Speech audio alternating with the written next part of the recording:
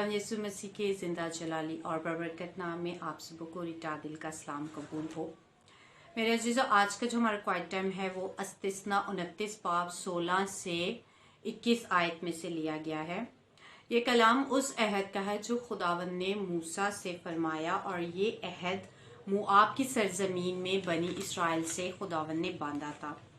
मेरे अजीजों, इन आयात में खुदावंद उन लोगों से हम कलाम है जो मूसा के जरिए उन लोगों से हम कलाम है जो बनी इसराइल में रहते हुए गैर कौमों के माबूदों की प्रस्तश करते थे, उनकी बंदगी करते थे और उनके माबूदों की बंदगी की तरफ माइल हो जाते थे इजीली। ऐसे लोगों को खुदावंद ने इंदराइन और अफसंतीन के फलों से तशबीह दी है। सबसे पहले हम यहाँ पर देखते हैं इंदराइन का फल कौन सा फल है। इंदराइन का फल जो है वो एक खरबूजे की शक्ल का एक फल होता है जो कि देखने में खुशनुमा होता है, लेकिन वो चखने का नहीं होता, ना ही वो खाने का होता है, क्योंकि वो अंदर से बहुत ज्यादा कड़वा होता है, बहुत ज्यादा तल्ख होता है, क्योंकि वो इतना कड़वा होता है कि जहर से भी ज्यादा कड़वा होता है, लेकिन देखने में वो बहुत खुशनुमा लगता है। तो ऐसे लोग जो है वो जो गुनाहों की तरफ माइल हो जाते हैं, गैर कौमों में जो है वो उनकी बंदगी करते हुए उनकी तरफ माइल हो जाते थे, ऐसे लोगों को खुदावन ने इंदराइन जैसा जो बिल्कुल कड़वा फल है उससे तशबीह दी है। और फिर एक और चीज है अफसंतीन। अफसंतीन भी एक बहुत ही कड़वी जड़ है जिससे दवाई बनाई जाती है, और ये भी इंतहाई किस्म की कड़वी जड़ थी जिससे कि खुदावत ने गुनाहगार को इन फलों से तशबीह दी है। तो मेरे अजीजों, ये इतनी तल्ख है, ये इतनी तुंद मिजाज है, तो मेरे अजीजों ये जो फल था वो जाहिरन अच्छा था, लेकिन बातिन इसका जो है वो खराब था। तो गुनाहगार जो होता है उसकी भी हालत कुछ इसी तरह की होती है कि वो ऊपर से तो अच्छा बन संवर के रहता है, लेकिन उसका जो अंदर होता है, उसका जो बातिन होता है वो खराब हो चुका होता है। वो एक तुंद मिजाज इंसान बन जाता है, वो एक कड़वा कुसैला और तल्ख मिजाज इंसान बन जाता है, वो दुश्मनियां डालने वाला बन जाता है, वो कदूरतें पैदा करने वाला बन जाता है। तो मेरे अजीजों, हमें इन आयत पर गौर करने की जरूरत है। 19वीं आयत जो है 29वें बाब की 19वीं आयत को जो है यहाँ पर अब जब देखते हैं तो इस आयत के दो मायने हो सकते हैं। अव्वल तो ये कि गुनाहगार अपने गुनाहों में बहुत खुश होता है और ख्याल करता है कि मेरी जो सलामती है वो इसी में है। गुनाहों में रहते हुए वो अपने आप को ये जाहिर करता है कि मैं बिल्कुल सलामती से हूँ, और वो जो है वो फिर वो जो गुनाह की जो जड़ है यानी कि अफसंतीन, वो गुनाहों से मतवाली होकर उन लोगों को जो बदी की तरफ है वो खींचकर अपनी तरफ जो है वो माइल कर लेती है।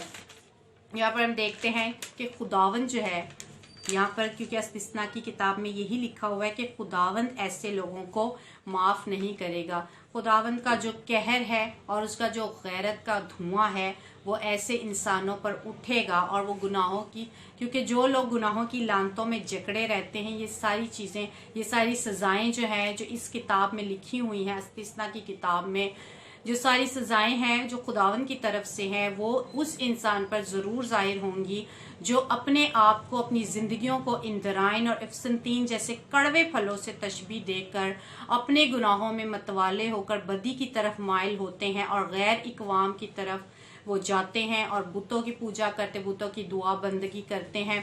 लेकिन मेरे अजीजों, खुदावन जो है वो यही कहता है कि मैं ऐसे लोगों को कभी माफ नहीं करूंगा, क्योंकि ये सारी जिंदगी जो है वो बदी में जिन्होंने गुजारी है, जिन्होंने गुनाहों में अपनी जिंदगी को गुजारा है, तो खुदावन का जो गजब है और गैरत का जो धुआं है वो ऐसे लोगों पर उठेगा। तो अजीजों, हमें भी अपनी जिंदगियों में गौर करने की जरूरत है कि हमारी जिंदगी इन कड़वे फलों जैसी तो नहीं है, कि हमारी जिंदगी जो है वो इन कड़वे फलों जैसी तो नहीं, क्योंकि हमें जो है वो अपनी जिंदगियों में रूह के फलों को ढूंढने की जरूरत है। जब हम गलतियों 5 बाब उसकी 22 आयत का मुताला करते हैं तो यहाँ पर हमें रूह के फलों की भी का जिक्र जो है वो मिलता है कि रूह के फल हमारी जिंदगियों में किस तरह आ सकते हैं और रूह के फल जो है वो कौन कौन से हैं।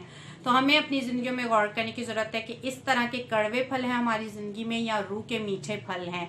तो अगर हमारी जिंदगियों में रूह के मीठे फल हैं तो हम अपनी जिंदगियों को खुदा के बताए हुए रास्ते के मुताबिक चल रहे हैं। लेकिन हमारी अगर जिंदगियों में इंदराइन और अफसंतीन जैसे कड़वे फल मौजूद हैं तो हमें अपनी जिंदगियां तब्दील करने की जरूरत है और हमें जो है वो उन गैर माबूदों की तरफ जाने की बिल्कुल भी ज़रूरत नहीं है, क्योंकि ये गैर माबूद हमें कभी भी हमेशा की ज़िंदगी नहीं दे सकते, क्योंकि हमेशा की ज़िंदगी तो सिर्फ़ और सिर्फ मेरे और आपके खुदावंद यीशु मसीह की वसीला से ही हमें मिल सकती है।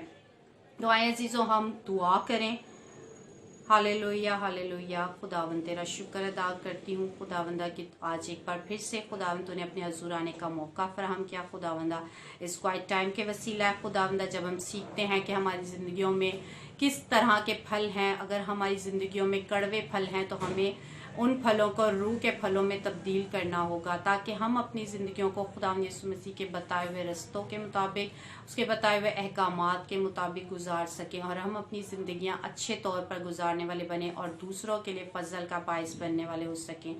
ये सभी कुछ मांगते पाती हूँ तेरे नाम यीशु नाम से, आमीन। खुदावंद आप सबको बहुत बरकत दे। God bless you all.